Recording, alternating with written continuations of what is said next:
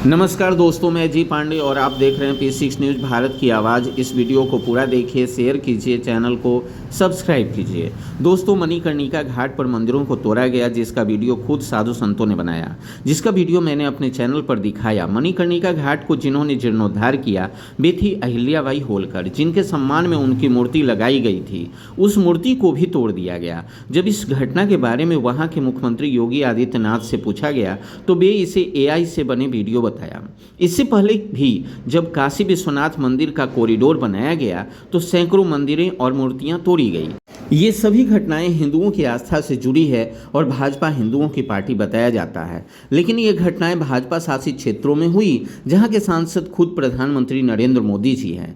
इस घटना के खिलाफ और इसे रोकने के लिए शंकराचार्य अभिमुक्तेश्वरानंद जी ने आंदोलन चलाया और वे स्वयं कहते हैं कि इस आंदोलन में उनके साथ 100 हिंदू भी खड़े नहीं हुए। उन्होंने कहा कि नए जुड़ते गए लेकिन पुराने हटते गए, क्योंकि उन पर ऊपर से दबाव दिया जा रहा था। अब ऊपर के दबाव का मतलब आप समझ सकते हैं।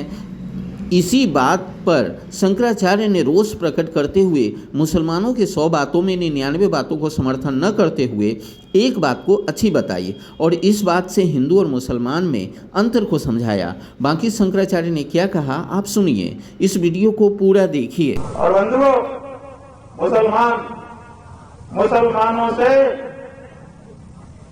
हमें परहेज है, क्योंकि उनका लगभग सब काम हमसे उल्टा उल्टा है। इसीलिए हम उनको अपने से भिन्न समझते हैं। 99 बातों से सहमत नहीं है उनकी, लेकिन एक बात ने हमको प्रभावित किया। कौन सी बात ने आपको हम बताना चाहते हैं। हम काशी में थे, काशी में मंदिर तोड़े जा रहे थे भाजपा गवर्नमेंट के द्वारा। यही योगी जिसको आप लोग साधु संत कहते हो, हम तो हुमायूं का बेटा अकबर कहते हैं, हम तो औरंगजेब कहते हैं। ये नहीं है हिंदू कहने के लायक।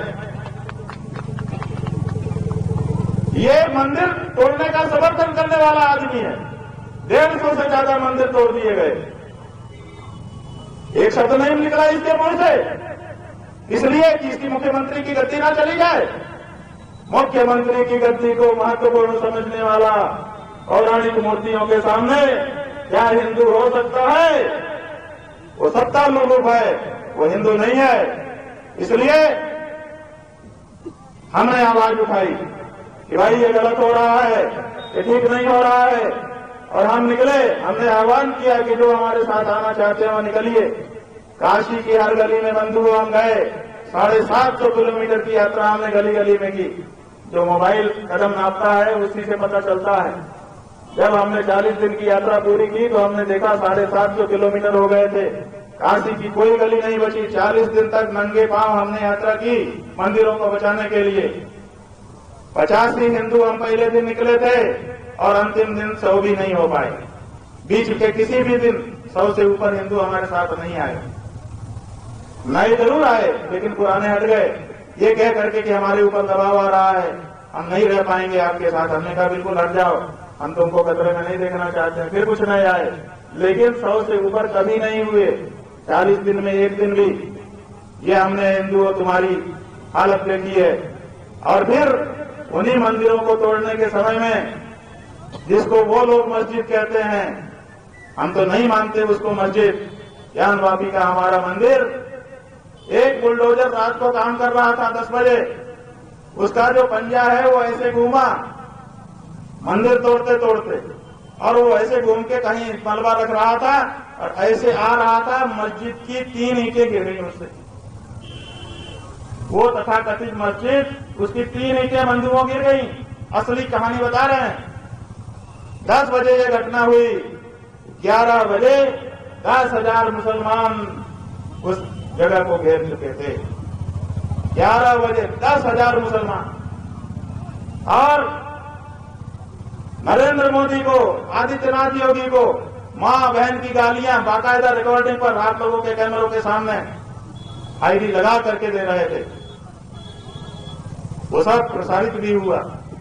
वहीं से हमने देखा किसी एक के ऊपर FIR नहीं हुई, और सवेरे 4 बजते बजते सारे अफसर आ गए और आकर के उन्होंने हाथ पैर जोड़ लिए और 3 ईंटों को सीमेंट लगा करके जहां का तहां सेट कर दिया। धन्य है मुसलमान, कम से कम अपने धर्म स्थानों की रक्षा के लिए वो घर से निकलता तो है। अधिकार है उन कायर और नकली हिंदुओं से जो अपने आप को हिंदू कहते हैं और गौ माता के मांस को बिक्री करके उसके चंदे से राजनीति करते हैं और अपने आप को हिंदू नेता कहते हैं।